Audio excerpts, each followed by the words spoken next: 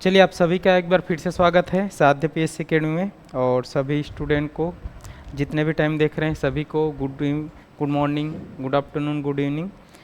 तो आज की जो क्लास है वो भारतीय इतिहास की एमसीक्यू रहेगी। और उससे पहले आप सबको जानकारी दे देना चाहूँगा कि अभी हमारे साध्य पीएससी अकेडमी के द्वारा यहाँ पर शिक्षक दिवस के उपलक्ष्य में यहाँ पर गुरुजी त्यौहार मनाया जा रहा है। और उस गुरुजी त्यौहार के अंतर्गत हमारे एकेडमी के द्वारा जितने भी कोर्सेज चल रहे हैं हमारे एप्लीकेशन में, लगभग 100 कोर्सेज हैं जो CGPSC, CG व्यापम के आगामी जितने भी पेपर होने वाले, जैसे अगर हम बात करें अमीन पटवारी की, जैसे अगर हम बात करें शिक्षक भर्ती की जिसमें शिक्षक, सहायक शिक्षक, व्याख्याता, उसके अलावा और भी बहुत सारे जैसे CGPSC कोर्सेज है, CMO है, SI है, ठीक है, CGPSC प्री है, CGPSC मेन है और CTET है, CGTET है। तो उनके लिए बहुत सारे बैच है आपके लिए। तो उन बैचों पर बहुत ज़्यादा यहाँ पर डिस्काउंट रखा गया है। ये मान के चलिए कि यहाँ पर पूरी तरीके से हमारी जो मेहनत है वो निःशुल्क है।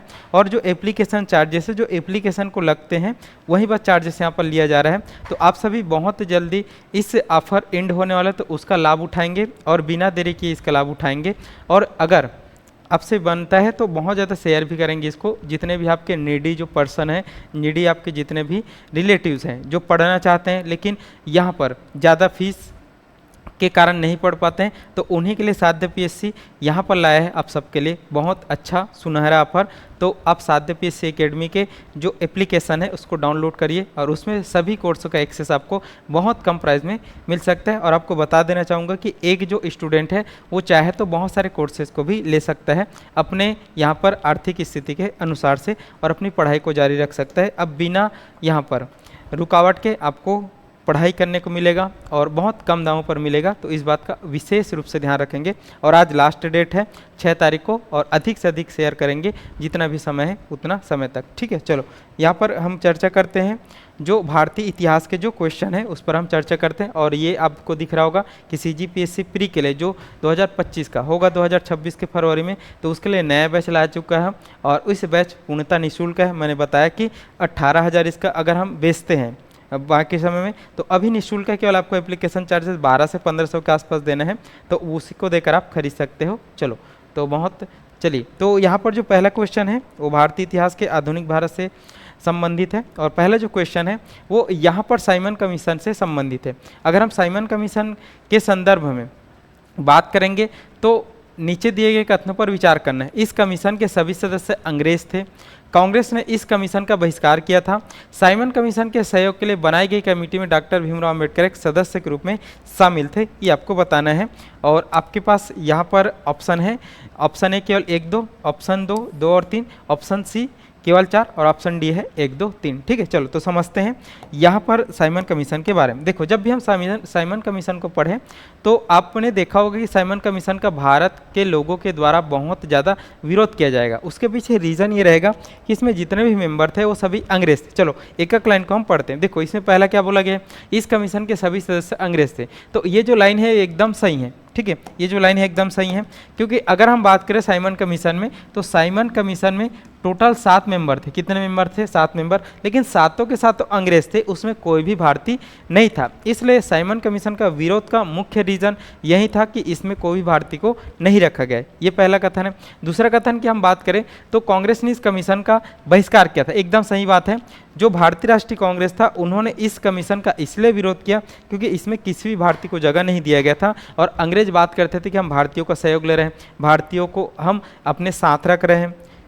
तो इस बात का खंडन कांग्रेस ने किया कि अगर आप साथ रखते तो इसमें कोई ना कोई भारतीय को, इसमें 7 सदस्य कम से कम 3 तो आप भारतीय रखते। तो कांग्रेस ने बहुत ज़्यादा इसका विरोध किया था और बहिष्कार किया था। जब ये आया तो साइमन गो बैक के नारे लगाकर इनको बंबई के बंदरगाह पर ही रोकने का प्रयास किया गया था। तो कांग्रेस ने इसका पूर्ण बहिष्कार किया, आप लोग ध्यान रखेंगे। तीसरा अगर हम बात करें तो साइमन कमीशन के सहयोग के लिए बनाई गई कमेटी में डॉक्टर भीमराव अंबेडकर एक सदस्य के रूप में शामिल थे। देखो तो जो डॉक्टर भीमराव अंबेडकर है जो उस समय डिप्रेस्ड क्लास एसोसिएशन को संभालते थे, यहाँ पर संभालते थे, बनाते थे। तो डॉक्टर भीमराव अंबेडकर यहाँ पर थोड़ा सा साइमन कमीशन के सहयोग में थे।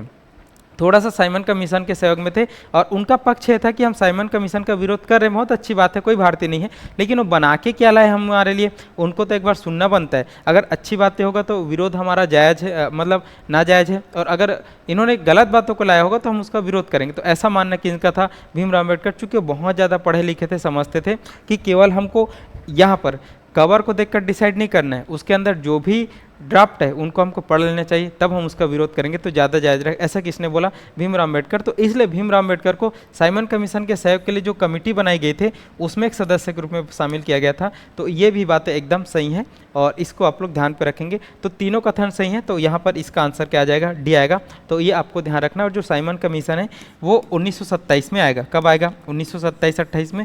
ये 2 बार आएगा। इसका बहुत ज़्यादा विरोध होगा। इसको साइमन गो बैक के नारे लगाएंगे, जहाँ जहाँ पर भी जाएंगे कांग्रेस ये प्रयास करेगी कि बहुत ज़्यादा विरोध किसका करना है? इस साइमन कमीशन करना है। और इसी विरोध में साइमन कमीशन आप देखोगे कि हमारे एक लीडर जो गरम दल के बहुत अच्छे लीडर थे, जिसको हम बोलते हैं लाला लाजपत राय। तो लाला लाजपत राय की यहाँ पर सैंडर्स के यहाँ पर जब वो कर रहे थे क्या, साइमन कमीशन का विरोध, तो सैंडर्स के द्वारा उनको लाठीचार्ज कर दिया जाता है और मृत्यु कौन प्राप्त करते हैं? लाला लाजपत राय। तो इसी साइमन कमीशन के विरोध के दरमियान लाला लाजपत राय की मृत्यु भी हुआ था। इस बात का आप लोग विशेष ध्यान रखेंगे। चलिए आगे बढ़ते हैं। और आगे जब हम बढ़ेंगे तो यहाँ पर दूसरा क्वेश्चन आप सबके बीच में, दूसरा क्वेश्चन आपको पूछ रहा है 1937 में प्रांतीय चुनाव के संदर्भ में निम्नलिखित कथनों पर हमको विचार करना है। ठीक है, किस पे? 1937 के प्रांतीय चुनाव में जो यहाँ पर हुआ था उसके संदर्भ में हमको प्रश्न पर विचार करना है। अगर हम पहला पढ़ेंगे तो मुसलमानों के लिए आरक्षित क्षेत्रों में कांग्रेस का प्रदर्शन अच्छा रहा। दूसरा अगर हम बात करेंगे तो कांग्रेस ने 11 में से 5 प्रांतों में पूर्ण बहुमत प्राप्त किया। तीसरा अगर हम बात करेंगे तो कांग्रेस की सरकार ने 7 प्रांतों में बनी थी, ऐसा बोल रहे हैं। चौथा की अगर हम बात करें तो उत्तर पश्चिम सीमांत प्रांत की सभी सीटों पर मुस्लिम लीग की जीत हुई थी, ऐसा बोल रहा है। और उपयुक्त में से कौन सा कथन सही नहीं है? इस बात का आप लोग विशेष ध्यान रखेंगे कि यहाँ पर क्वेश्चन पूछा गया सही नहीं है। ठीक है, चलो तो इसको हम जानने का प्रयास करते हैं और इसमें कौन सा सही आंसर आ सकता है इसको भी हमको समझना है। देखो, जब कांग्रेस के लोग थे तो उन्होंने 1935 में भारत शासन अधिनियम लाया। क्या लाया? भारत शासन अधिनियम। तो इसी भारत शासन अधिनियम के द्वारा उन्होंने भारतीयों की भागीदारी को बढ़ाने के लिए, साथ ही साथ भारतीयों को उचित प्रतिनिधित्व देने के लिए उन्होंने 1937 में जो उस समय 11 प्रांत थे, कितने प्रांत थे भारत में? 11 राज्य थे, उसमें चुनाव कराया और उसमें पूरे भारतीय लोग को ही यहाँ पर चुनाव में प्रत्याशी बनने का मौका दिया और सीमित मताधिकार का प्रयोग किया गया। तो इस 11 प्रांत में हम देखेंगे तो उस समय बहुत सारे जो पार्टियां थी, अगर हम बहुत सारी पार्टी की बात करें तो सबसे बड़ी पार्टी थी आईएनसी, इंडियन नेशनल कांग्रेस। उसके बाद अगर हम बात करें तो मुस्लिम लीग उसके बाद पार्टी थी। उसके बाद अगर हम बात करें तो यूनियनिस्ट पार्टी भी थी, कृषक प्रजा पार्टी भी थी, भीमराव अम्बेडकर की डिप्रेस्ड क्लास एसोसिएशन भी था। तो सब ने उस समय 1937 के चुनाव में पार्टिसिपेट किया। तो इसी को पूछ रहा है कि यहाँ पर अब इसमें हम देखेंगे कि इस चुनाव में पृथक निर्वाचन पद्धति भी दिया गया था, मुसलमानों को दिया गया था और भी बहुत सारे क्लास को दिया गया था। तो पहला अगर हम कथन पढ़ेंगे तो मुसलमानों के लिए आरक्षित क्षेत्रों में कांग्रेस का प्रदर्शन अच्छा था, तो ये जो बात है एकदम सही है। देखो, मुसलमानों के लिए बहुत सारे जगह पर पृथक निर्वाचन पद्धति के तहत सीट को आरक्षित किया गया था, लेकिन 1937 के चुनाव में ये दिख गया था कि आरक्षित होने के बावजूद भी यहाँ पर मुस्लिम लीग प्रतिनिधित्व करती थी मुस्लिमों का, उनको भी ज़्यादा सीट नहीं मिला था, बल्कि कांग्रेस के मुसलमानों को ज़्यादा सीट मिला था। तो इसी को बता रहा है कि मुसलमानों के लिए आरक्षित क्षेत्र पर कांग्रेस का प्रदर्शन अच्छा था, बिल्कुल अच्छा था। और इसी के बाद से जो मोहम्मद अली जिन्ना जो मुस्लिम लीग का नेतृत्व कर रहे थे, उनको लगा कि यहाँ पर हमारे लिए सीट आरक्षित होने के बावजूद भी हम नहीं जीत पा रहे हैं, तो फिर वो अलग राष्ट्र की थ्योरी पर चल पड़ेंगे और मोहम्मद अली जिन्ना। और यहाँ से स्पष्ट क्लियर हो जाएगा कि कांग्रेस बहुत बड़ी पार्टी है और कांग्रेस लोकप्रिय पार्टी है। जब तक कांग्रेस रहेगी तब तक भारत में यहाँ पर मुस्लिम लीग हार जाएगी, ऐसा करके। तो पहली बात सही। दूसरा अगर हम देखेंगे तो कांग्रेस ने 11 में से 5 प्रांतों में पूर्ण बहुमत प्राप्त किया था। तो ये भी बात एकदम सही कि 11 प्रांत में जो चुनाव हुए थे उसमें कांग्रेस ने 5 प्रांतों में पूर्ण बहुमत प्राप्त किया था। अगर हम 5 प्रांतों की बात करें तो कांग्रेस ने यहाँ पर उन 5 प्रांतों में हम देखेंगे तो एक प्रांत की अगर हम बात करें तो एक है यहाँ पर संयुक्त प्रांत, जिसको आज हम यूपी के नाम से जानते हैं। दूसरा है बिहार है। तीसरा की अगर हम बात करें मध्य प्रांत, जिसको आज हम मध्य प्रदेश बोलते हैं। चौथा की बात करें तो बॉम्बे, और पांचों की बात करें तो मद्रास। तो ये 5 प्रांतों में कांग्रेस ने पूर्ण बहुमत से यहाँ पर अपना बहुमत प्राप्त किया था और अपनी सरकार बनाया था, ये हम देखेंगे। तीसरा अगर हम बात करें तो तीसरा जो है कांग्रेस की सरकार 7 प्रांतों में बनी थी।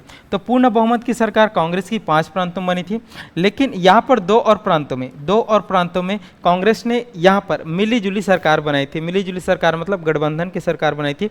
तो 11 में से 7 प्रांतों में कांग्रेस का क्या बना था, यहाँ पर सरकारें बना था। तो ये भी बातें क्या है हमारे पास सही है, इसको आपको ध्यान पे रखना है। और उसके बाद अगर हम बात करें तो उत्तर पश्चिम सीमांत प्रांत की सभी सीटों पर मुस्लिम लीग की जीत हुई थी। तो ये जो बातें हैं ये गलत है, ये जो बातें क्या है ये गलत है। तो उत्तर पश्चिम सीमांत प्रांत जिसको हम नॉर्थ वेस्ट ईस्ट फ्रंटियर बोलते हैं, जिसको आज का हम अफगानिस्तान बोलते हैं, तो वहाँ पर जो खान अब्दुल गफ्फार खान की पार्टी को बहुत अच्छा रिस्पांस मिला था। तो उसमें हम देखेंगे तो उत्तर पश्चिम सीमांत सभी सीटों पर मुस्लिम लीग नहीं जीती थी, ठीक है। तो ये भी बातें क्या है यहाँ पर रॉन्ग हो जाएगा। तो हम देख रहे हैं कि यहाँ पर कि जो बातें हैं, ठीक है, ये वाली गलत है। कौन सी वाली गलत है? उत्तर पश्चिम सीमांत प्रांत की सभी सीटों पर मुस्लिम लीग की जीत हुई थी, ठीक है। तो उपयुक्त में से कौन सा कथन अगर सही नहीं है पूछ रहा है, तो सही नहीं में अगर हम देखेंगे तो यहाँ पर सही नहीं है कि अगर हम बात करेंगे तो ये बातें सही नहीं। कौन सा? 4, ठीक है, कि उत्तर पश्चिम सीमांत प्रांत की सभी सीटों पर मुस्लिम लीग की क्या हुई है, जीत हुई है। इसको हमको देखना है। अब थोड़ा सा उल्टा सीधा हो सकता है, तो इस बातों का आप लोग ध्यान रखेंगे, ठीक है। ठीक है, चलो आगे बढ़ते हैं, देखते हैं। चलिए अब हम जाएंगे दूसरे क्वेश्चन पे, ठीक है। चलिए तीसरा जो क्वेश्चन है, तीसरे क्वेश्चन की अगर हम बात करें, किसकी बात करें? तीसरे क्वेश्चन की अगर हम बात करें तो तीसरा जो क्वेश्चन है रोलेक्ट सत्याग्रह के संबंध में निम्नलिखित कथन या कथनों में से आपको यहाँ पर सही क्या है बताना है। रोलेक्ट सत्याग्रह, तो पहला जो कथन यहाँ पर बोल रहा है रोलेक्ट अधिनियम सेडिशन कमेटी की सिफारिश पर आधारित था। दूसरा अगर हम कथन की बात करें, रोलेक्ट सत्याग्रह में गांधी जी ने होम रूल लीग का उपयोग करने का प्रयास किया था। तीसरा कथन की अगर हम बात करें तो तीसरा जो कथन है साइमन कमीशन के आगमन के विरुद्ध हुए प्रदर्शन रोलेक्ट सत्याग्रह के साथ साथ हुए थे। नीचे के कूट का प्रयोग करके हमको सही चीज़ों को बताना है, ठीक है। क्या तीनों कथन सही हैं, ऐसा करके हमको बताना है, ठीक है। चलिए तो अगर हम तीसरा की बात करें तो तीसरा हम देख रहे हैं यहाँ पर पूछा जा रहा है रोलेक्ट सत्याग्रह के बारे में। किसके बारे में पूछा जा रहा है? रोलेक्ट सत्याग्रह के बारे में। तो आप सबको बता देना चाहूँगा कि रोलेक्ट सत्याग्रह जो हो रहा था वो एक अंग्रेजों ने अधिनियम लाया था जिसको हम बोलते हैं रोलेक्ट एक्ट या फिर रोलेक्ट एक्ट, ठीक है, या फिर रोलेक्ट अधिनियम। तो इस रोलेक्ट अधिनियम में अंग्रेजों ने एक चीज़ पारित किया था कि कोई भी भारतीय व्यक्तियों को संदेह के आधार पर यहाँ पर नज़रबंद किया जा सकता है। संदिग्ध अवस्था मतलब संदिग्ध पाए जाने पर उनको उठाकर बंद कर दिया जाएगा। तो ये काला कानून बोला गया था। तो उसी के विरोध में भारत के लोग खासकर कांग्रेस के द्वारा रोलेक्ट सत्याग्रह चलाया जा रहा था, ठीक है। अब हम देखेंगे जो रोलेक्ट अधिनियम है ये से एक कमेटी की सिफारिश पर लाया गया था और जो कमेटी है वो 1917 में बनी थी। कब बनी थी? 1917 में। और 1917 में जब बनी थी तो इसको बनाने वाले अध्यक्ष का नाम था यहाँ पर सेडिशन समिति। कौन सी समिति के नाम से जाने जाते हैं? सेडिशन समिति के नाम से जाने जाते हैं, जिसके अध्यक्ष है सिडनी रोलेक्ट, और उसी के नाम से यहाँ पर रोलेक्ट एक्ट बनाया गया था। तो ये बातें एकदम सही है, ठीक है, कि सेडिशन समिति की सिफारिश पर आधारित था, ये हमको देखना है।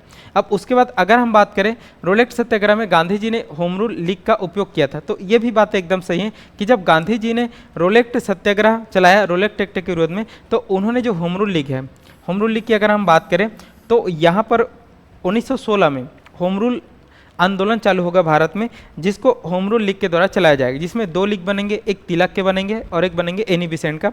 तो यहाँ पर उसमें बहुत पहले सदस्य जुड़े थे। तो गांधी जी ने इस रोलेक्ट सत्याग्रह का रोलेक्ट एक्ट के विरोध करने के लिए होम रूल लीग के सदस्यों का उपयोग किया था, ये हमको देखना है, ठीक है। आगे बढ़ेंगे, ये भी सही है। तीसरा अगर हम बात करें तो साइमन कमीशन के आगमन के विरुद्ध हुए प्रदर्शन रोलेक्ट सत्याग्रह के साथ साथ हुए, तो आपको बताना है ये चीज़ गलत है। क्यों गलत है? क्योंकि अगर हम साइमन कमीशन की बात करें तो साइमन कमीशन बहुत बाद में आएगा, 1927 में आएगा, और इनका कोई भी यहाँ पर लिंक नहीं था रोलेक्ट सत्याग्रह या फिर रोलेक्ट एक्ट से, क्योंकि रोलेक्ट सत्याग्रह कब हुआ था? 1919 के आसपास हुआ था, और उसी के कारण जलियांवाला बाग हत्याकांड हुआ था। जबकि ये कब होगा? 1927 में होगा। तो ये बातें सही नहीं है, साइमन कमीशन और रोलेट एक्ट दोनों अलग अलग चीज़ें अलग अलग समय पर हुआ था, इस बात का आप लोग विशेष ध्यान रखेंगे। तो यहाँ पर आंसर अगर हम करने का प्रयास करेंगे तो दोनों बातें सही हैं, तो दोनों बातें कहाँ पर है, बी में है, ए और बी क्या है, सही है। तो इस चीज़ का आप लोग ध्यान रखेंगे, रोलेट सत्याग्रह के बारे में पूछा गया है। ठीक है, चलो नेक्स्ट क्वेश्चन की तरफ जाते हैं। नेक्स्ट क्वेश्चन यहाँ पर चौथे नंबर का आप सबके पास है और ये पूछ रहे सितंबर 1939 में, सितंबर 1939 में प्रारंभ हुए द्वितीय विश्व युद्ध में कांग्रेस किस शर्त पर अंग्रेजों को सहायता देने के लिए तैयार थी। तो आप सबको पता है कि यहाँ पर पूरे विश्व में अब तक 2 विश्व युद्ध हुए थे और उस दूसरे विश्व युद्ध के बारे में पूछ रहा है कि दूसरे विश्व युद्ध में हुए 1939 में प्रारंभ हुए द्वितीय विश्व युद्ध में कांग्रेस किस शर्त पर अंग्रेजों को सहायता देने के लिए तैयार थी। तो यहाँ पर हम पढ़ते हैं। ठीक है, पहला अगर हम पढ़ेंगे ए, तो भारतीयों को आर्थिक स्वतंत्रता प्रदान की जाए। ठीक है, दूसरा युद्ध समाप्ति के बाद भारत को स्वतंत्र कर दिया जाए। तीसरा ब्रिटिश सरकार सभी अमान्य करों को समाप्त कर दे। चौथा अगर हम बात करें तो दलित वर्गों के पृथक निर्वाचन की व्यवस्था को समाप्त किया जाए। तो ये 4 बातें हैं। तो इन 4 बातों में भारतीयों ने कौन सी बात के कारण द्वितीय विश्व युद्ध में अंग्रेजों को सहयोग करने का बात किया, इसी के बारे में पूछ रहे हैं। और आप सबको पता होना चाहिए कि जो सेकंड वर्ल्ड वार है वो सेकंड वर्ल्ड वार 1939 से लेकर 1945 तक चला। और इस सेकंड वर्ल्ड वार की अगर हम बात करें तो इस सेकंड वर्ल्ड वार में भारत के लोगों ने अंग्रेजों का बिल्कुल भी साथ नहीं दिया, जबकि अंग्रेज हमको धकेल रहे थे बार बार कि आप हमारा साथ दो सेकंड वर्ल्ड वार में, क्योंकि सेकंड वर्ल्ड वार में बहुत ज़्यादा हार्ड शुरुआत में हो रहा था अंग्रेजों का। तो भारतीयों को यहाँ पर जो भी चीज़ चाहिए वो ले लो और हमारा सहयोग कर दो करके बोलते थे। तो भारतीयों ने बोला कि हमको हमारा देश चाहिए, हमको आज़ादी चाहिए, बट अंग्रेज उसको नहीं देते थे। तो इसमें अगर हम देखेंगे तो भारतीयों को आर्थिक स्वतंत्रता प्रदान की जाए, ये कांग्रेस ने यहाँ पर नहीं बोला। ठीक है, ये बात गलत है। युद्ध समाप्ति के बाद भारत को स्वतंत्र कर दे, तो ये बिल्कुल सही है कि इन्होंने बोला कि हम सहायता करेंगे आपको, लेकिन अगर सेकंड वर्ल्ड वार होता है उसके बाद आप हारो चाहे जीतो, हमको आप आज़ाद कर देना, तभी हम क्या करेंगे यहाँ पर भाग लेंगे, ये बोला था कांग्रेस ने। तो ये वाली जो बातें हैं वो सही है। दूसरा, ठीक है, ब्रिटिश सरकार सभी अमान्य करों को, ये भी बिल्कुल नहीं था। दलित वर्गों को पृथक, ये भी नहीं था। तो ये दोनों बातें गलत थी। बी आंसर यहाँ पर आपका सही आएगा कि अगर आप हमको आज़ाद करोगे, स्वतंत्र करोगे, तभी हम सेकंड वर्ल्ड वार में आपकी सहायता करेंगे, ये बातें बोला गया था 1939 में हुए सेकंड वर्ल्ड वार में कांग्रेस की तरफ से। चलो आगे बढ़ते हैं, देखते हैं। अब यहाँ पर आप सबके लिए सूचना है कि साध्य पीएससी एकेडमी के द्वारा एसआई बैच जिसका पेपर अभी होना बाकी है, फॉर्म हम सब भरा चुके हैं, बहुत समय हो गया है और इसका पेपर बहुत जल्द से जल्द आपको देखने को मिल जाएगा, टाइमिंग वाइमिंग। तो इसकी तैयारी आपको करते रहना है। और साध्य पीएससी एकेडमी के द्वारा एसआई के लिए यहाँ पर बैच चालू हो चुका है, तो उस बैच को आप इनरोल कर सकते हैं, जुड़ सकते हैं और अपनी बेहतर तैयारी कर सकते हैं। और अभी तो गुरुजी तिहार चल रहा है, तो ये बैच आपको बहुत मिनिमम दाम पर मिल सकते हैं, तो इस बात का आप विशेष ध्यान रखेंगे। चलिए आगे बढ़ते हैं, समझते हैं। चलो 5वें नंबर का जो क्वेश्चन है उसको हम पढ़ते हैं। अगर हम 5वें नंबर के क्वेश्चन की बात करें तो 5वें नंबर का क्वेश्चन भारतीय इतिहास के संदर्भ प्रांतों से संविधान सभा के सदस्य, तो ये पूछ रहा है संविधान सभा के सदस्य को लेकर, जिसको हम कॉन्स्टिट्यूशनल असेंबली बोलते हैं, उससे रिलेटेड है। तो जो संविधान सभा के सदस्य यहाँ पर पहला बात है वो रहा है उन प्रांतों के लोगों द्वारा सीधे निर्वाचित हुए थे। ठीक है, दूसरा की अगर हम बात करें तो भारतीय राष्ट्रीय कांग्रेस तथा मुस्लिम लीग द्वारा नामित हुए थे। तीसरा की अगर हम बात करें तो प्रांतीय विधानसभा द्वारा निर्वाचित हुए थे। चौथा की अगर हम बात करें तो सरकार द्वारा संवैधानिक मामलों में उनकी विशेषता के लिए चुने गए थे। ये हमको देखना है। ठीक है, चलो तो यहाँ पर हमको देखना है कि जो भारतीय इतिहास में हम देखेंगे तो जो संविधान सभा का गठन किया गया था तो उसके सदस्यों का चुनाव कैसे हुआ था, इसके बारे में पूछ रहा है। तो चौथा की अगर हम बात करें तो उन प्रांतों के लोगों के द्वारा सीधे निर्वाचित हुए थे क्या, बिल्कुल नहीं। संविधान सभा में यहाँ पर जो लोग चुने गए थे वो अगर हम बात करेंगे तो जनसंख्या के अनुसार चुने गए थे। प्रत्येक 10 लाख की जनसंख्या पर एक सदस्य का चुनाव हुआ था। कितने सदस्य का, एक सदस्य का। लेकिन वो जो सदस्य था उनको जनता ने सीधा चुनाव नहीं किया था, प्रत्यक्ष चुनाव नहीं किया था। इस बात का आप लोग ध्यान रखेंगे। तो अब आगे हमको मिलेगा कि कैसे हुआ था। तो पहला बात तो गलत है। दूसरा अगर हम बात करें भारतीय राष्ट्रीय कांग्रेस था मुस्लिम लीग द्वारा नामित है, बिल्कुल नहीं। यहाँ पर जितने भी पार्टी था, सब जितने भी लोग थे उनका यहाँ पर चुनाव किया गया था। और चुनाव कैसे किया गया था, अभी हम बढ़ें, केवल 2 पार्टी नहीं था, बहुत सारे पार्टी थी, बहुत सारे लोग थे जो किसी पार्टी से बिलोंग भी नहीं करते थे, वो भी संविधान सभा में चुन कर आए थे। कैसे, आगे पढ़ेंगे। प्रांतीय विधानसभा द्वारा निर्वाचित सदस्य हुए थे। देखो तो ये बात एकदम सही है कि जो प्रांतीय विधानसभा थे, मैंने आपको बताया कि उस समय 11 प्रांत थे। कितने प्रांत थे, 11 प्रांत। अब उस 11 प्रांत के विधानसभा में जितने भी लोग थे तो उन्होंने चुना था संविधान सभा के लोगों को। तो ये बात एकदम सही है कि प्रांतीय विधानसभा के सदस्यों द्वारा निर्वाचित हुए थे, ये हमको देखना है। दूसरा, अगर हम बात करें सरकार द्वारा संवैधानिक मामले में उसकी विशेषता के लिए, तो ये भी बात क्या है, गलत है।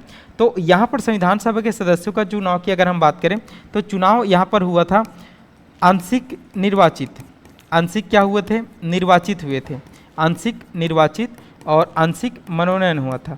अब यहाँ पर 11 प्रांतों में हम देखेंगे तो निर्वाचन हुआ था विधानसभा के सदस्यों के द्वारा, लेकिन जहाँ पर देशी रियासत आते थे तो वहाँ के राजाओं के द्वारा लोगों का मनोनयन किया था जो थोड़ा सा जानते थे यहाँ पर विधि के बारे में। ठीक है, ये हमको देखना है, और प्रत्यक्ष नहीं हुआ था, ये आपको ध्यान पर रखना है। तो ये बातें सही हो जाएगी, कौन सी वाली, सी वाली। ठीक है, चलो आगे बढ़ते हैं, 6वें नंबर के क्वेश्चन पे हम जाते हैं। तो 6वां नंबर का जो क्वेश्चन है, भारतीय स्वतंत्रता आंदोलन के काल से संदर्भ में नेहरू रिपोर्ट में निम्नलिखित में किसकी अनुशंसा किया गया था।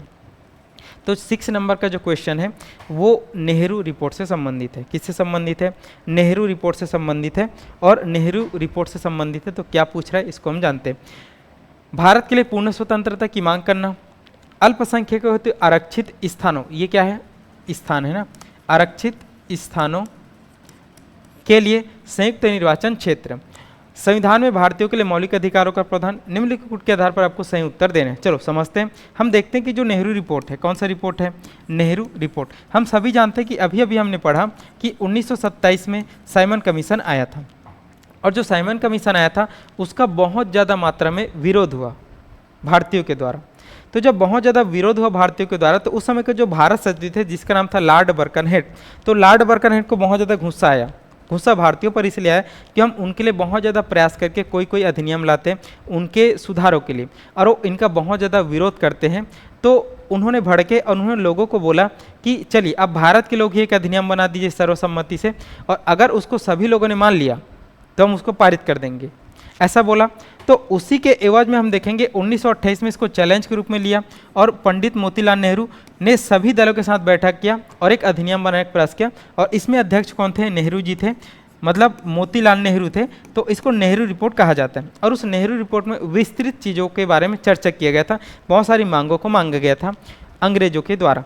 तो उसी में हम देखेंगे तो भारत के लिए पूर्ण स्वतंत्रता, तो नेहरू रिपोर्ट में भारत के लिए पूर्ण स्वतंत्रता की मांग नहीं माना गया था उस समय तक। ठीक है, उस समय तक भारत में नेहरू रिपोर्ट में डोमिनियन स्टेटस का दर्जा मांगा गया था। किसका दर्जा, डोमिनियन स्टेटस का दर्जा। और डोमिनियन स्टेटस का मतलब होता है कि पूर्ण स्वतंत्रता नहीं, हम स्वतंत्र तो होंगे लेकिन हमारे ऊपर अभी भी अंग्रेज रहेंगे, तो इसको बोला जाता है डोमिनियन स्टेट या फिर अधिराज्य। ठीक है, तो पूर्ण स्वतंत्रता की मांग नेहरू रिपोर्ट में नहीं हुई थी, डोमिनियन स्टेटस का मांग हुआ था, जिसका विरोध भी होगा पंडित जवाहरलाल नेहरू और सुभाष चंद्र बोस के द्वारा। आगे हम पढ़ेंगे।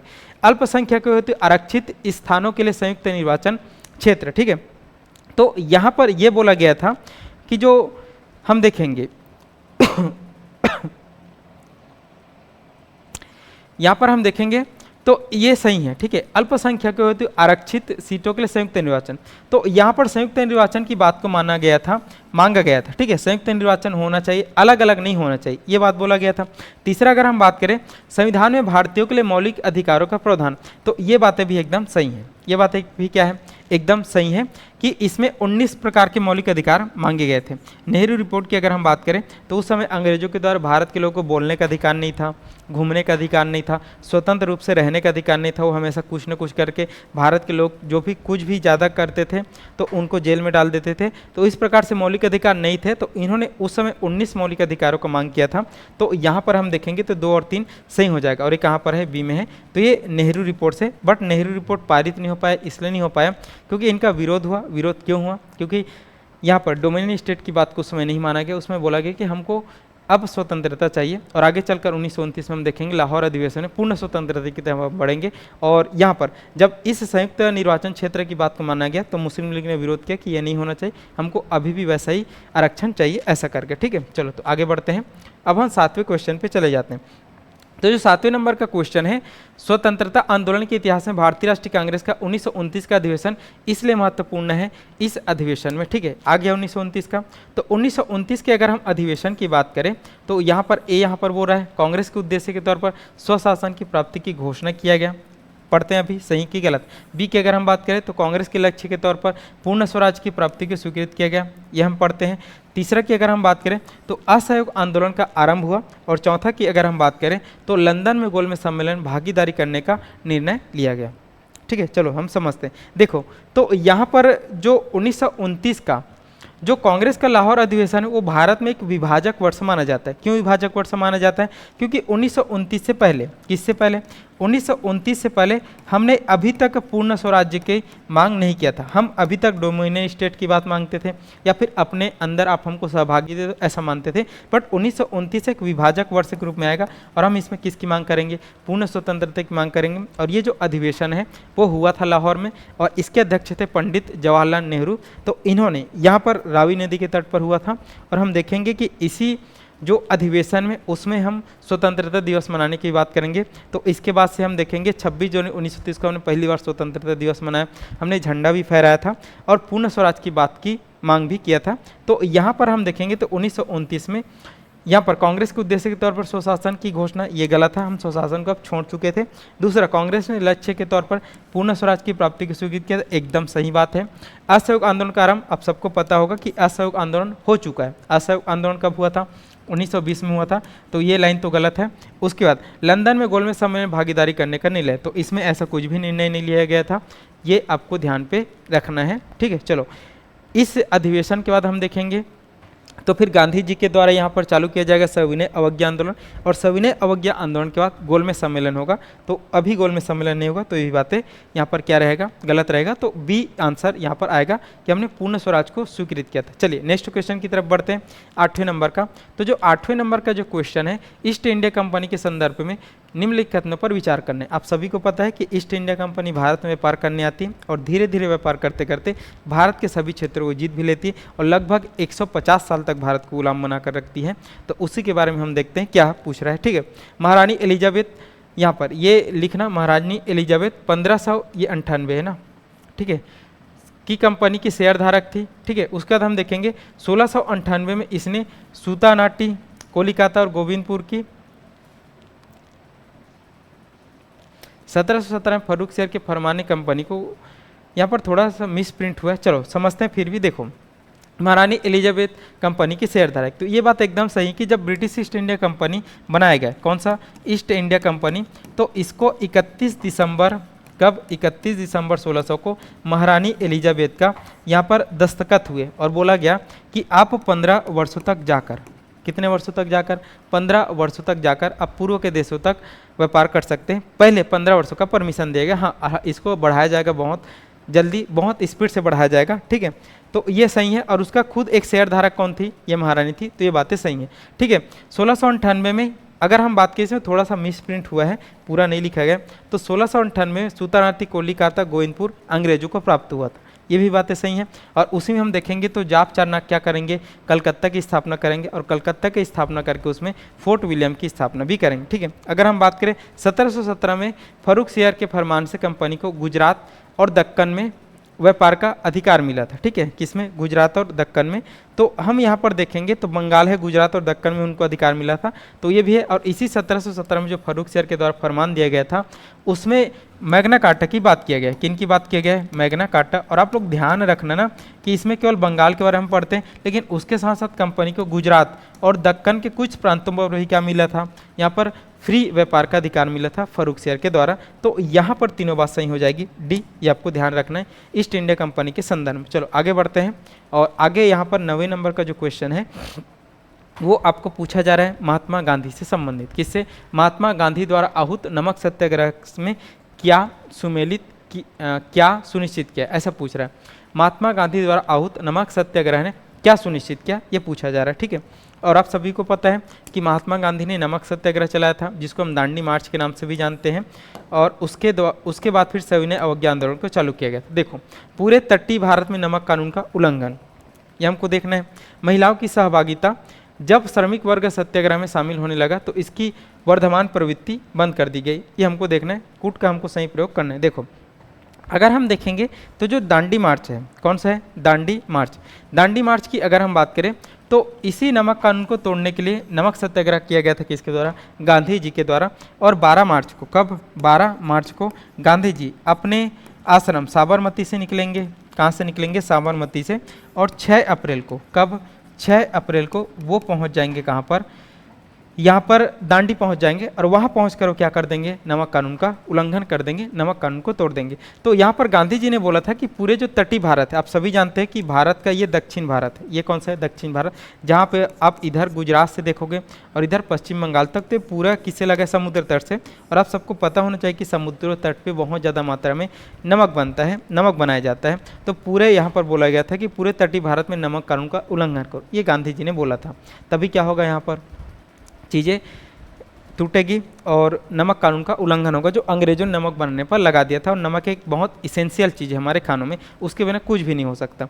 और महिलाओं की सहभागिता, तो इसमें महिलाओं ने बहुत ज़्यादा बढ़ चढ़कर भाग लिया था इस दांडी मार्च में, और गांधी जी का साथ दिया था सविनय अवज्ञा आंदोलन में। तो ये भी बातें बहुत ज़्यादा सही। और जब श्रमिक वर्ग सत्याग्रह में शामिल होने लगे तो इसकी वर्धमान प्रवृत्ति को रोक दिया गया। तो ये बातें गलत है, ठीक है, ये बातें क्या है? गलत है। तो यहाँ पर 1 और 2 सही हो जाएगा, तो सी इसका सही आंसर आएगा। इस बात को आपको ध्यान पे रखना है, ठीक है। चलो, ये आपको ध्यान रखना है, ये थोड़ा सा मिस प्रिंटिंग हुआ है, ठीक है, तो इसमें थोड़ा सा गलत गलत आंसर भी लिया गया है। तो ये आपको देखना है, सी यहाँ पर सही आएगा, 1 और 2, ठीक है, सी इसका सही आएगा। ये आप विशेष रूप से ध्यान रखेंगे, ठीक है। चलो आगे बढ़ते हैं। और फिर से वही बात, आप सबके लिए जानकारी कि नए बैच स्टार्ट हो चुके हैं साध्य पीएससी के द्वारा, जो भी सीजीपीएससी की तैयारी करते हैं, और अभी निःशुल्क है कुछ मिनिमम चार्जेस के साथ। तो इसको आप लोग जो भी तैयारी करते हैं सीजीपीएससी की, और अब सीजीपीएससी में भी ज़्यादा टाइम नहीं बचा है, फरवरी में उसका प्री एग्जाम होता है, तो आप चाप के लगेंगे, बहुत अच्छे से इसकी तैयारी करेंगे। हमारे एकेडमी के साथ जुड़कर तैयारी कर सकते हैं और बहुत कम प्राइस में आप इसका देख सकते हैं। चलो आगे बढ़ते हैं। 10वें नंबर का जो क्वेश्चन है, भारत को स्वतंत्रता के बारे में निम्नलिखित कथनों में से क्या सही? भारत की स्वतंत्रता होगा। चलो देखते हैं। 15 अगस्त 1948 को भारत की स्वतंत्रता की सूचना देते हुए शक्ति के औपचारिक हस्तांतरण की घोषणा लॉर्ड माउंटबेटन द्वारा की गई। पहला कथन। दूसरा कथन, 15 अगस्त 1948 को राजधानी में हुआ उत्सव में महात्मा गांधी उपस्थित नहीं थे, ये आपको बताना है, ठीक है। चलो तो चर्चा करते हैं। आप सभी को पता है कि हमारा देश 15 अगस्त 1948 को आज़ाद हुआ था, ठीक है। 14 अगस्त को एक अलग देश बनाया गया था, पाकिस्तान। तो हम देखते हैं यहाँ पर 15 अगस्त 1948 को भारत की स्वतंत्रता की सूचना देते हुए शक्ति के औपचारिक हस्तांतरण की घोषणा लॉर्ड माउंटबेटन द्वारा किया गया। तो ये एकदम सही बात है। आप सबको ध्यान होना चाहिए कि लॉर्ड माउंटबेटन के द्वारा ही यहाँ पर भारत को 2 भागों में बांटा गया, और वो उस समय भारत के अंतिम वायसराय भी थे। कौन? Lord Mountbatten. तो इन्होंने क्या किया? सत्ता का हस्तांतरण किया। कब? 15 अगस्त 1947 को, एकदम सही। 15 अगस्त 1948 को जब देश हुआ तो हमारे देश की जो राजधानी दिल्ली में है उसमें उत्सव हो रहा था। क्या हो रहा था? उत्सव हो रहा था। तो उसमें पूछ रहे कि महात्मा गांधी उपस्थित नहीं थे। तो एकदम सही बात है कि जब यहाँ पर 15 अगस्त 1948 को उत्सव हो रहा था जगह जगह पर कि हम आज़ाद हो गए करके, तो उस समय गांधी जी बहुत ज़्यादा चिंतित थे और वो उत्सव में शामिल नहीं थे। उसके पीछे रीज़न ये था कि भारत में सांप्रदायिक दंगे हो रहे थे। तो उस समय गांधी जी कलकत्ता में थे, और जो सांप्रदायिक दंगे थे, जैसे असम तरफ बहुत ज़्यादा विरोध हो रहा था, बहुत ज़्यादा यहाँ पर मारपीट हो रहा था हिंदू मुस्लिम को लेकर, तो उनको शांत करने में गांधी जी गए थे। तो उस समय शामिल नहीं थे, गांधी जी यहाँ पर अपने काम कर रहे थे। तो ये बात भी सही है और दोनों बातें एकदम सही। तो यहाँ पर इसका जो आंसर की बात करें तो सी आ जाएगा, ठीक है। चलो आगे बढ़ते हैं। और आगे जब हम पढ़ेंगे तो गांधी जी के संदर्भ में कथनों पर विचार करना है, ठीक है। अब गांधी जी के बारे में पूछ रहे हैं कि वे जनवरी 1915 में दक्षिण अफ्रीका से भारत लौटे थे। कहाँ पे? जनवरी 1915 में दक्षिण अफ्रीका से भारत लौटे थे। सत्याग्रह का पहला प्रयोग गांधी जी ने दक्षिण अफ्रीका में किया। उसके बाद तीसरा की अगर हम बात करें तो दक्षिण अफ्रीका से लौटने के बाद उनकी पहली महत्वपूर्ण सार्वजनिक उपस्थिति बनारस हिंदू विश्वविद्यालय के उद्घाटन समारोह में हुई थी। क्या? ऐसा पूछे। चलो तो गांधी जी के बारे में थोड़ा सा जानकारी मैं आपको दे दूं। जो गांधी जी है, ठीक है, गांधी जी को आपने पढ़ा होगा कि गांधी जी यहाँ पर 1893 से दक्षिण अफ्रीका चले गए। कहाँ चले गए? दक्षिण अफ्रीका। और दक्षिण अफ्रीका एक केस के सिलसिले में गए थे, और उस केस को तो उन्होंने सॉल्व करा लिया था, लेकिन उन्होंने देखा कि वहाँ पर भी जितने भी भारतीय हैं या फिर अन्य लोग हैं उनके साथ अंग्रेज गलत करते हैं। चूँकि दक्षिण अफ्रीका भी गुलाम था अंग्रेजों का, तो उनको वहाँ पर उनके लिए लड़ते लड़ते गांधी जी कहाँ चले गए? दक्षिण अफ्रीका में रहे और लगभग 20 साल तक रहे। कितने साल तक रहे, 20 से 22 साल तक रहे, ठीक है। तो उसके बाद हम देखेंगे जो गांधी जी 1893 में गए थे और वहीं पर प्रॉपर रूप से वो रहते थे। कुछ कुछ समय के लिए वो 2 से 3 बार भारत आए और वो अंतिम रूप से भारत कब आए, 9 जनवरी 1915 को आए, ठीक है।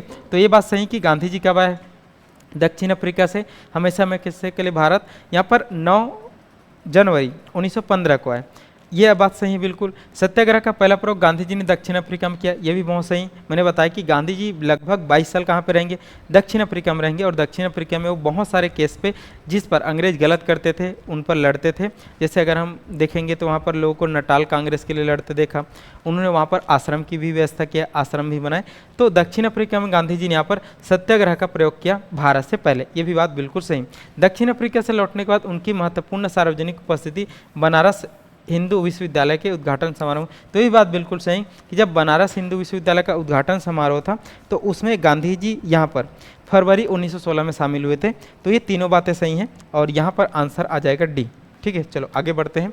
अब हम जाते हैं 13वें नंबर के क्वेश्चन की तरफ। तो जो 13वें नंबर का 12वें नंबर का क्वेश्चन आपको बताना है कि नीचे दिए गए घटनाक्रम पर विचार करना है तथा नीचे दिए गए कूट का प्रयोग करके कालानुक्रम में आपको व्यवस्थित करना है, ठीक है। चलो, तो यहाँ पर आप सबको पता होगा पहला है बंगाल विभाजन, दूसरा केंद्र सरकार की राजधानी का कलकत्ता से दिल्ली स्थानांतरण, और तीसरा है कांग्रेस का विभाजन, और चौथा है मुस्लिम लीग का गठन। देखो, तो यहाँ पर ये 4 इवेंट हुए हैं भारतीय इतिहास में और उनको आपको कालक्रम में जमाना है कि कौन सा इवेंट पहले हुआ है, फिर उसके बाद हुआ, फिर उसके बाद और सबसे लास्ट टाइम कौन सा हुआ, ये आपको बताना है। चलो, तो टाइम वेस्ट नहीं करते, आप सबको पता होगा कि जो बंगाल का विभाजन है वो 16 अक्टूबर 1905 को किया गया था, ठीक है, ये हमको देखना है। उसके बाद अगर केंद्र सरकार की राजधानी का कलकत्ता से दिल्ली स्थानांतरण की बात करें तो 1911 में यहाँ पर राजधानी दिल्ली बनेगा, कलकत्ता से स्थानांतरित होगा, ऐसा करके जॉर्ज पंचम के द्वारा यहाँ पर जब वो आए थे तब दिल्ली दरबार में किया गया था। और यहाँ पर 1 अप्रैल 1912 को अगर हम बात करें तो हमारी जो दिल्ली है वो राजधानी बनी थी भारत की। तो ये घटना कब की है, 1912 की। अगर कांग्रेस के विभाजन की बात करें तो आप सबको पता होगा कि कांग्रेस का नरम दल और गरम दल में विभाजन 1907 के सूरत अधिवेशन में हुआ था, जिसके अध्यक्ष रास बिहारी घोष थे, ये भी आप सबको पता होगा। उसके बाद अगर हम बात करें मुस्लिम लीग का गठन, तो मुस्लिम लीग का जो गठन है वो दिसंबर 1906 को हुआ था।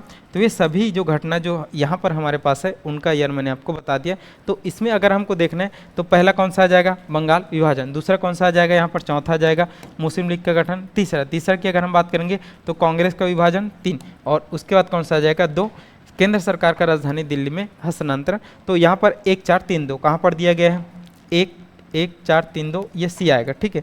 तो ये आपको ध्यान पे रखना है। ऐसे क्वेश्चन भी आते हैं कि यहाँ पर घटना दे देंगे आपको, इसको कालक्रम में जमाना रहेगा, तो आप जब पूरा इतिहास पढ़ लेंगे तो आपको ये सब चीज़ याद रहेगा, तभी आप जमा पाएंगे। चलो, तो ये तो ईजी क्वेश्चन था। चलिए नेक्स्ट क्वेश्चन की तरफ हम बढ़ते हैं। यहाँ पर 13th नंबर के क्वेश्चन पर जाते हैं। चलिए 13th नंबर का जो क्वेश्चन है वो है 1906 के कांग्रेस के बनारस अधिवेशन के संबंध में आपको नीचे दिए गए कथनों पर बताना है, ठीक है। देखो, तो यहाँ पर थोड़ा सा मिस प्रिंट हुआ है। जो 1906 है उसमें बनारस अधिवेशन नहीं हुआ था, ठीक है, उसमें कलकत्ता अधिवेशन हुआ। तो इसको आपको 5 करना है, क्या करना है, 5, 1905। चलो इसको मैं कर देता हूँ 1905। तो 1905 के कांग्रेस के बनारस अधिवेशन, ठीक है, 1906 रहता वो कलकत्ता में है, ठीक है। तो यहाँ पर 1905 के कांग्रेस के बनारस अधिवेशन के संबंध में नीचे दिए कथनों पर विचार करना है, ठीक है। इस अधिवेशन की अध्यक्षता रास बिहारी घोष ने की थी। इस अधिवेशन में कांग्रेस ने बंगाल के स्वदेशी और बहिष्कार आंदोलन का समर्थन किया। कांग्रेस के नरमपंथी कार्यकर्ता स्वदेशी और बहिष्कार आंदोलन को देश में बाहर फैलाना चाहते थे। तो आप सभी को पता होगा कि 1905 का जो समय है वो बहुत ज़्यादा इंपॉर्टेंट है भारतीय इतिहास में, क्योंकि इस समय बंगाल का विभाजन जब कर दिया गया तो भारतीय राष्ट्रीय कांग्रेस में एक वर्ग जिसको हम गरम दल के नाम से जानते हैं उसमें बहुत ज़्यादा आक्रोश था। और जब बहुत ज़्यादा आक्रोश था तो उसी के बाद जब कांग्रेस का अधिवेशन हुआ 1905 में और दिसंबर में होता था तो बनारस में हुआ।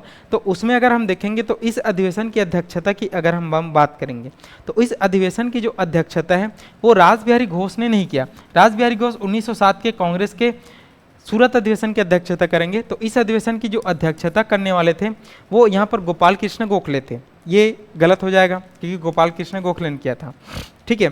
1906 के कलकत्ता अधिवेशन की बात करें, ठीक है, तो 5 में यहाँ पर गोपाल कृष्ण गोखले ने किया था बनारस में, ठीक है, ये हमको देखना है। उसके बाद अगर हम देखेंगे तो इस अधिवेशन में कांग्रेस ने बंगाल के स्वदेशी और बहिष्कार, हाँ 1906 की अगर हम बात करें तो उसमें दादा भाई नौरोजी ने किया था, ये आपको देख लेना है।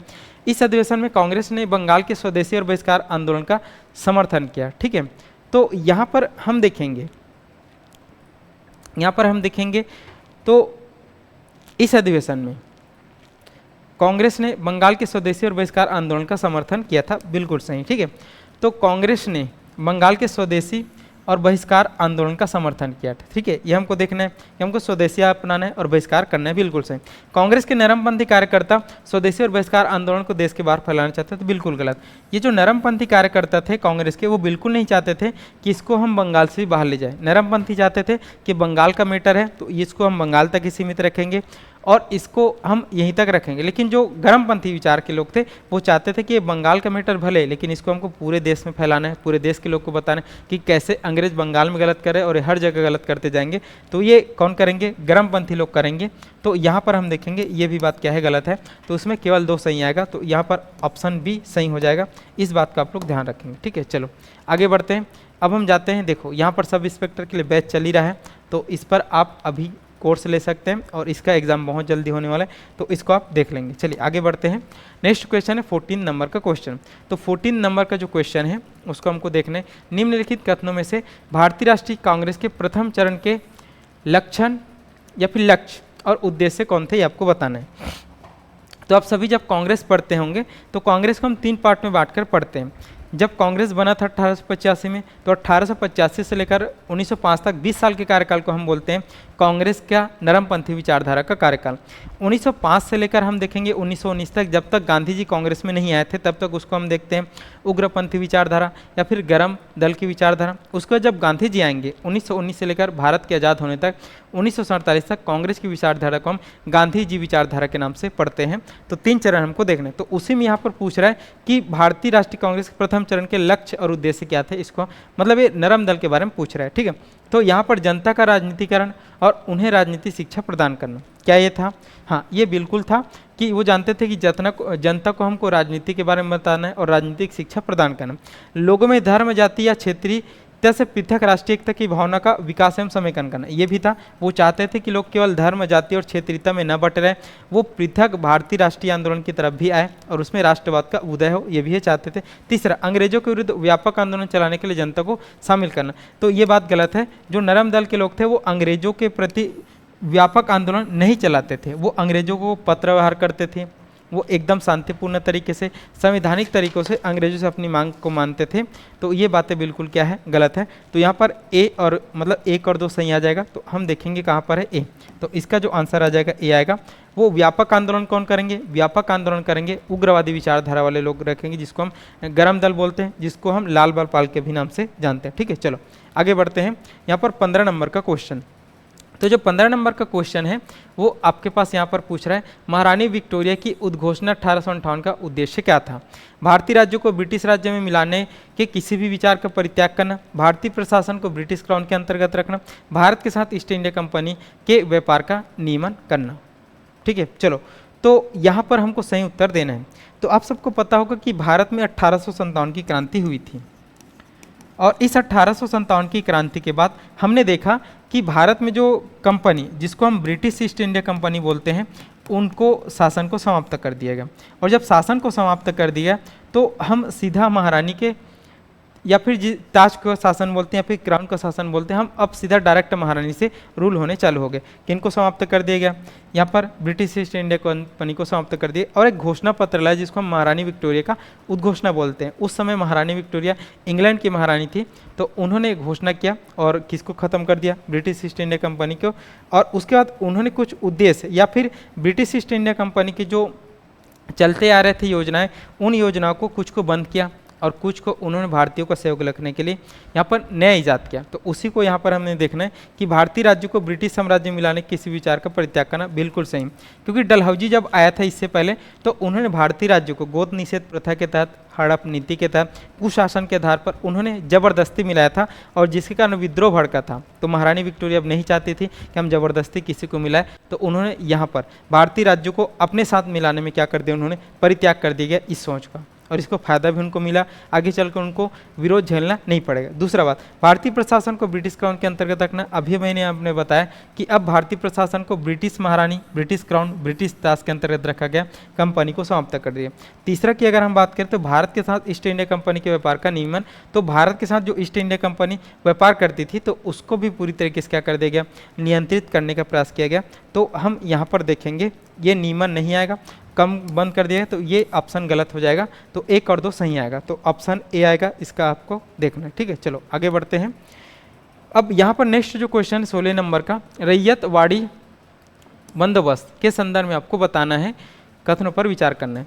किसानों द्वारा लगान सीधे सरकार को दिया जाता था, ये बता रहा है। सरकार रैयत को पट्टे पर देती थी, ये बोला जा रहा है। कर लगाने के पूरे भूमि का सर्वेक्षण मूल्य निर्धारण किया जाता था, ये आपको देखना है। जब भी आप अंग्रेजों की भू राजस्व नीति पढ़ेंगे तो उसमें 3 नीति आप जरूर पढ़ेंगे, एक है स्थायी बंदोबस्त, परमानेंट सेटलमेंट, एक है रैयतवाड़ी व्यवस्था और एक है महालवाड़ी व्यवस्था। तो उसी में एक जो व्यवस्था है रैयतवाड़ी, रैयत का मतलब यहाँ पर किसान से होता है। जब अंग्रेजों ने सबसे पहले अपना जो भू राजस्व व्यवस्था अपनाया था वो कौन था, स्थायी बंदोबस्त, और अंग्रेजों ने देखा कि स्थायी बंदोबस्त से उनको उतना ज़्यादा फायदा नहीं हो रहा है, तो उन्होंने यहाँ पर रैयतवाड़ी व्यवस्था को लाया। और जो रैयतवाड़ी व्यवस्था है, रैयतवाड़ी व्यवस्था की अगर हम बात करें तो ये 1820 में लाया गया, और उस समय 1820 में इसको लाने का श्रेय दिया जाता है एक व्यक्ति है अंग्रेजों की तरफ से, थॉमस मुनरो, जिन्होंने मद्रास और बॉम्बे प्रेसिडेंसी में लाया गया था। ठीक है, तो उसमें हम देखेंगे कि कुछ कुछ चीज़ों किए गए थे, जैसे इसमें किसानों द्वारा लगान सीधे सरकार को दिया जाता है, एकदम सही बात कि यहाँ पर इसके द्वारा रैयत मतलब मैंने बताया किसान, तो अब अंग्रेजों ने बोला कि हम सीधा डायरेक्ट किसानों से ही टैक्स लेंगे। इससे पहले होता क्या था, इससे पहले ये होता था स्थायी बंदोबस्त से वो पूरे ज़मीन का मालिक जमींदारों को बनाते थे, तो जमींदार देते थे और जमींदार इसमें घपलेबाजी करते थे। उन्होंने बोला नहीं, हम सीधे किसानों से लेंगे, तो ये बात बिल्कुल सही। सरकार रैयत को पट्टे देती थी, तो सरकार पट्टे देती है किसानों को, और उसी जमीन पर किसान क्या करते हैं, खेती करते हैं। तीसरा बात, कर लगाने के पूरा भूमि का सर्वेक्षण मूल्य निर्धारण किया जाए, बिल्कुल सही बात है, और उसी से कर यहाँ पर क्या होता था, पूरी तरीके से निर्धारित होता था। तो ये बातें सही हैं, तीनों बातें सही हैं, ये आपको ध्यान पे रखना है। तो ये क्या है, रैयतवाड़ी व्यवस्था, सीधे किसान टैक्स देते थे, उनको पट्टे दिया जाता था और उनके लिए सर्वेक्षण किया जाता है। जो अच्छी भूमि था वहाँ पर ज़्यादा टैक्स, जो कम अच्छी भूमि था उस पर कम टैक्स, ये अंग्रेजों ने किया ताकि उनको सही लाभ मिल सके। चलो आगे बढ़ते हैं। यहाँ पर 17वें नंबर का क्वेश्चन, तो जो 17वें नंबर का जो क्वेश्चन है, वेलेजली द्वारा की गई सहायक संधि की शर्तों के संदर्भ में निम्नलिखित पर विचार करना है। तो जो लॉर्ड वेलेजली है, कौन है लॉर्ड वेलेजली, आप सबको पता हो कि इन्होंने एक सहायक संधि लाया था, सब्सिडरी अलायंस लाया था, तो उनको हमको पढ़ते हैं। अंग्रेज अपने सहयोगियों को बाहरी और आंतरिक चुनौतियों से रक्षा करेंगे। ठीक है, तो लॉर्ड वेलेजली ने यहाँ पर सही बोला था कि अगर आप सहायक संधि स्वीकार करते हो, तो सहायक संधि अगर आप स्वीकार करते हो तो सहायक संधि स्वीकार करने के कारण हम आपको क्या करेंगे, आंतरिक रूप से भी और बाहरी चुनौती से भी हम क्या करेंगे, आपको सहायता करेंगे, आपको सैनिक सहायता करेंगे, ये हमको देखना है। दूसरा बात, सहयोगी पक्ष अंग्रेजों की अनुमति के बिना युद्ध तो कर सकता है किंतु संधि नहीं, ये बिल्कुल सही, गलत है। ठीक है, अंग्रेजों ने सहायक संधि के द्वारा ही उनके विदेशी, अगर हम नीति की बात करें, विदेश नीति पूरी तरीके छीन लिए थे। वो बोलते थे कि आप विदेश नीति हमारे पास रहेगा, आपको जिससे भी बात करना है, जैसे ही बात करना है हम करके देंगे, आपको कुछ भी दूसरे लोगों से बात नहीं करना है, तो ये बिल्कुल गलत है। ठीक है, यहाँ पर अनुमति के बिना युद्ध वो बिल्कुल नहीं कर सकते, ये हमको देखना है। सहयोगी पक्ष के भू क्षेत्र में एक सैनिक टुकड़ी हमेशा तैनात रहेगी, तो बिल्कुल सही है कि जो वेलेजली है, जिन्होंने सहायक संधि जो लाया था, तो उन्होंने बोला कि जितने भी राज्य सहायक संधि को स्वीकार करेंगे तो उनको हम सुरक्षा देंगे, कोई भी पड़ोसी राज्य, विदेशी राज्य उन पर आक्रमण करता है तो हम लड़ेंगे उनकी तरफ से, ये बोला था। दूसरा बात, उनकी विदेश नीति अंग्रेजों के पास रहेगी, अब वो किसी भी राज्य से बात नहीं करेंगे, हम सीधा आपके साथ बात करेंगे। तीसरा, सुरक्षा के नाम पर आपके पास हमारी सेना रहेगी और आपको सुरक्षा करेगी। चौथा बात, एक रेजिडेंट, एक प्रतिनिधि हमारा हमेशा आपके पास रहेगा, आपके कार्य को देखते रहे कि आप हमारे खिलाफ गलत तो नहीं कर रहे। ऐसा करके उन्होंने यहाँ पर सहायक संधि को स्वीकार करवाया था। तो हम देखेंगे यहाँ पर कि दूसरी बातें गलत है, 1 और 3 क्या है, सही है, तो आपको यहाँ पर लगाना है, इसका आंसर सी आ जाएगा। क्या आ जाएगा इसका आंसर, सी। तो ये है क्या, 17वें नंबर का क्वेश्चन। चलो नेक्स्ट क्वेश्चन पर हम जाएंगे और 18वें नंबर के क्वेश्चन की हम बात करेंगे। तो 18 नंबर का जो क्वेश्चन आपसे बोल रहा है, बंगाल में ईस्ट इंडिया कंपनी के बंगाल विजय में किन कारकों ने योगदान दिया। ठीक है, तो आप सबको पता है कि बंगाल किसने जीता था, अंग्रेजों ने। कब जीता था, 1757 की प्लासी के युद्ध में, जो हुआ था 23 जून 1757 को हुआ था। ठीक है, तो उसमें अंग्रेजों ने यहाँ पर जीत हासिल किया था और उस प्लासी के बाद अंग्रेजों को बंगाल मिल गया था। तो कौन से कारण यहाँ पर अंग्रेजों के बंगाल विजय में योगदान दिया था, ये आपको पूछ रहा है। अगर हम पहला की बात करें तो बंगाल के नवाबों का बाहरी दुनिया के प्रति अज्ञानता, तो बिल्कुल सही बात है कि बंगाल के नवाबों को बाहरी दुनिया से अज्ञानता थी। वो नहीं समझ पाए कि अंग्रेज कैसे यहाँ पर उनके खिलाफ षड्यंत्र कर रहे हैं, और उनके ही लोगों को, जैसे मीर जाफर को, सिराजुद्दौला का जो सेनापति था उनको मिला लिया, यहाँ पर बंगाल के बहुत बड़े धनाढ़ लोगों को मिला लिया पद का लालच देकर, उनके परिवार के लोगों को मिलाया गया। तो उससे अज्ञान कौन थे? यहाँ पर बंगाल के नवाब थे, बाहरी दुनिया से अज्ञान। शायद वो ज्ञानी होते तो समझ जाते और अंग्रेज कभी भी नहीं जीत पाते। ठीक है, दूसरा बात, बंगाल की कमजोर सैन्य शक्ति, तो कह सकते हैं कि बंगाल की जो सैन्य शक्ति था कमजोर था अपेक्षाकृत किनके? अंग्रेजों के, क्योंकि उन्होंने ध्यान नहीं दिया था अंग्रेजों के खिलाफ। ठीक है, प्रशासनिक भ्रष्टाचार तो ये तो कूट कूट कर भरा था। ठीक है, ये हमको देखना है। नवाबों का नैतिक रूप से पतित होना, तो ये बात हम नहीं ले सकते हैं, क्योंकि उस समय जो नवाब थे सिराजुद्दौला, उन किसी भी तरीके से उसका चारित्रिक यहाँ पर पतन हमको नहीं दिखता। तो इसमें यहाँ पर 1 2 3 आ गया, और ये कहाँ पर है? सी पर है। तो आपको देखना है कि अंग्रेज बंगाल जीते तो बाहरी दुनिया के प्रति अज्ञान थे नवाब, ध्यान नहीं दे पाए, उनकी सैन्य शक्ति भी कमजोर थी और प्रबल करना था, सुदृढ़ करना था, और प्रशासनिक भ्रष्टाचार तो कूट कूट कर भरा था। इसीलिए मीर जाफर जो मुख्य सेनापति होते भी अंग्रेजों के साथ मिल गया, और बहुत सारे लोगों ने अंग्रेजों का साथ दिया। तो भ्रष्टाचार तो कूट कूट कर भरा था, और उसी भ्रष्टाचार के कारण आज भारत गुलाम हुआ था, ये हमको देखना है। और आज भी ये भ्रष्टाचार हमको परेशान करता है, भारत को खोखला ये बनाते जा रहा है। ठीक है, चलो आगे बढ़ते हैं। 90 नंबर का क्वेश्चन, और 90 नंबर का जो क्वेश्चन है, बक्सर के युद्ध के पश्चात बंगाल में शुरू हुए द्वैत शासन के संदर्भ में आपको बताना है। ठीक है, देखो, जब बक्सर का युद्ध समाप्त हुआ और उसमें अंग्रेजों को विजय प्राप्त हुआ, तो 1765 में इलाहाबाद की संधि भी हुई, और उस इलाहाबाद की संधि के पश्चात बंगाल में द्वैत शासन रॉबर्ट क्लाइव ने लगा दिया, दोहरा शासन। तो उस दोहरा शासन में हमको विचार करें, इस व्यवस्था के अंतर्गत प्रशासनिक दायित्व बंगाल के नवाब को दिया गया। देखते हैं, इस व्यवस्था के अंतर्गत राजस्व वसूली ईस्ट इंडिया कंपनी प्रत्यक्ष रूप से करती थी। तो देखो, यहाँ पर ये तो सही बात है कि इस द्वैत शासन के अंतर्गत प्रशासनिक दायित्व बंगाल के नवाब को दिया गया, कि जो प्रशासनिक दायित्व किन के पास रहेगा? नवाब के पास रहेगा, ये हमको देखना है। अगर हम दूसरा बात करें तो इस व्यवस्था के अंतर्गत राजस्व वसूली का अधिकार कंपनी को तो मिल गया, लेकिन कंपनी ने उसको प्रत्यक्ष रूप से नहीं किया, वो अभी भी लोगों के द्वारा ही वसूलती थी, नवाब के द्वारा ही वसूलती थी। तो इसमें ऑप्शन ए सही होगा, ये गलत होगा। हाँ, कंपनी को अधिकार मिल गया था, लेकिन उन्होंने प्रत्यक्ष रूप से इसको क्या नहीं किया? ग्रहण नहीं किया, क्योंकि अंग्रेज चाहते थे कि अगर हम जानते थे कि अगर हम प्रत्यक्ष वसूली करने जाएंगे तो जनता इसका विरोध करेगी, और बहुत सारे लोग भी लगेंगे कर को यहाँ पर वसूलने के लिए। तो ये है हमारे पास कौन सा? द्वैत शासन से संबंधित। ठीक है, चलो आगे बढ़ते हैं। आगे जब हम बढ़ेंगे तो 20वें नंबर का क्वेश्चन, और आज के सेशन का लास्ट क्वेश्चन, 20वें नंबर के क्वेश्चन की अगर हम बात करें तो यूरोपीय कंपनियों के संदर्भ में कौन सा सही है आपको बताना है। ठीक है, देखो, आप सबको पता है कि भारत में 15वीं शताब्दी में यूरोपीय कंपनी बहुत ज़्यादा मात्रा में आए, जिसमें पुर्तगाली पहले आए, फिर डच आए, फिर अंग्रेज आए, फिर डेनिश आए, फिर फ्रांसीसी आए, बहुत सारे लोग आए, और उसमें से सर्वोच्च शक्ति के रूप में अंग्रेज आए। तो उसी को पूछ रहा है यहाँ पर। तो यूरोपीय कंपनी के संदर्भ में कौन सा सही है? भारत में सर्वप्रथम संयुक्त पूंजी कंपनी के गठन पुर्तगाली के द्वारा किया गया। भारत में पुर्तगाली शक्ति का वास्तविक संस्थापक अल्मीड़ा था। डचों ने 1510 में बीजापुर के सुल्तान आदिल शाह से गोवा को जीता था। चलो चर्चा करते हैं। आप सभी को पता होगा कि भारत में सर्वप्रथम संयुक्त पूंजी कंपनी का गठन पुर्तगालियों ने नहीं किया था। पुर्तगाली की कंपनी को अंग्रेजों ने, मतलब वहाँ के शासक ने भेजा था, तो ये गलत आ जाए। संयुक्त पूंजी वाली जो कंपनी थी वो डच ईस्ट इंडिया कंपनी थी। डच संयुक्त पूंजी के द्वारा भारत में व्यापार करने आए थे, तो ये गलत हो जाएगा। ठीक है, संयुक्त पूंजी डच वाले थे। ठीक है, उसके बाद भारत में पुर्तगाली शक्ति का वास्तविक संस्थापक अल्मीड़ा था, ये भी बात भी गलत है। भारत में अगर हम बात करें वास्तविक संस्थापक पुर्तगालियों का, तो अल्मीड़ा नहीं, अल्बुकर्क था। कौन था? अल्बुकर्क था, ये आपको देखना है। ठीक है, अल्बुकर्क था, ये आपको देखना है। अल्बुकर्क क्या था? यहाँ पर वास्तविक संस्थापक था पुर्तगालियों। इन्होंने विवाह नीति लाया था, इन्होंने गोवा को जीता था, ये आपको देखना है। साथ ही साथ तीसरे की अगर हम बात करें, डचों ने 1510 में बीजापुर के सुल्तान, तो 1510 में बीजापुर के सुल्तान से गोवा की अगर हम बात करें तो गोवा डचों ने नहीं जीता था। गोवा किसने जीता था? पुर्तगालियों ने। और पुर्तगालियों में कौन थे यहाँ पर वायसराय? अल्बुकर्क थे। तो अल्बुकर्क ने यहाँ पर बीजापुर के शासक यूसुफ आदिल शाह से गोवा को 1510 में विजयनगर के शासक यहाँ पर उनके सहयोग से जीता था, जिसका नाम कृष्णदेवराय था। तो डचों ने नहीं जीता था, किसने जीता था? पुर्तगालियों ने जीता था। तो तीसरा भी बातें क्या है? सही है। तो इसका जो आंसर आ जाएगा उपयुक्त में से कोई नहीं, तीनों भी बातें यहाँ पर पुर्तगाली कंपनी से क्या है? रिलेटेड नहीं है, सही नहीं है। ठीक है, चलो तो इस प्रकार से आपको देखना है। आज के हमने सेशन में 20 क्वेश्चन पर हमने चर्चा किया था और आप सबके लिए यहाँ पर इंपॉर्टेंट है कि साध्य पीएससी एकेडमी के द्वारा बहुत सारे कोर्सेज चलाए जाते हैं और आप जिस भी कोर्स की तैयारी करना चाहते हैं, जिस भी पोस्ट की आप तैयारी करना चाहते हैं, कर सकते हैं। बहुत न्यूनतम दाम पर अभी गुरुजी तिहार के अंदर 6 तारीख तक यहाँ पर कोर्स उपलब्ध है बहुत कम दाम पर, तो उससे आप लोग देखेंगे और अपनी तैयारी करेंगे। चलो तो आज के सेशन के लिए इतना ही और उम्मीद करता हूँ समझ आया होगा। और किसी भी तरीके से डाउट है, कुछ भी दिक्कत है तो साध्य पीएससी एकेडमी के द्वारा यहाँ पर हेल्पलाइन नंबर है, उस हेल्पलाइन नंबर को आप डायल करके पूछ सकते हैं और जानकारी ले सकते हैं। चलो तो सेशन जब भी आपको मिलेगा तो आप सभी इसको ध्यान देंगे, अच्छे से पढ़ेंगे और अपनी पढ़ाई निरंतर जारी रखेंगे। कोई भी दिक्कत, कोई भी समाधान के लिए साध्य पीएससी एकेडमी आपकी तैयारी को बेहतर करने के लिए हमेशा तत्पर है और आगे रहेगा। चलो तो आज के लिए धन्यवाद।